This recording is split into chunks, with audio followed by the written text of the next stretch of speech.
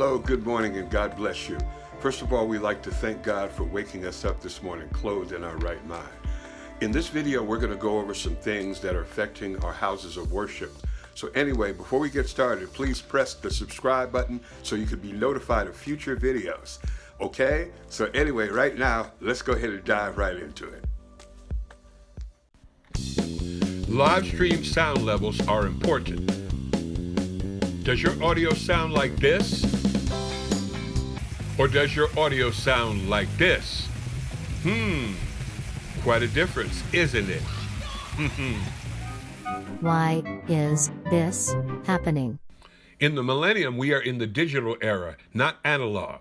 Decibel, a unit used to measure the intensity of a sound or the power level of an electrical signal by comparing it with a given level on a logarithmic scale. A degree of loudness. Digital audio must always have headroom at its loudest level.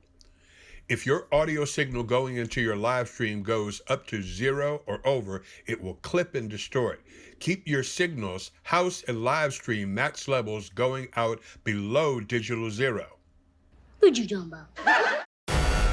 Keep the loudest signal out of the red. Keep it before it gets to the red. Max yellow. If you do this on your live stream, both in your house mix and your mix going out into your live stream, going into the internet, then you will be good. That's it for right now. If you have any additional comments, please feel free to post them in the comment section. And also, if you have some videos that you would like to send in as additional information or addendum to everything that was presented here, please feel free to do so. There's an address right below the screen right there. You can send them there and I will post them.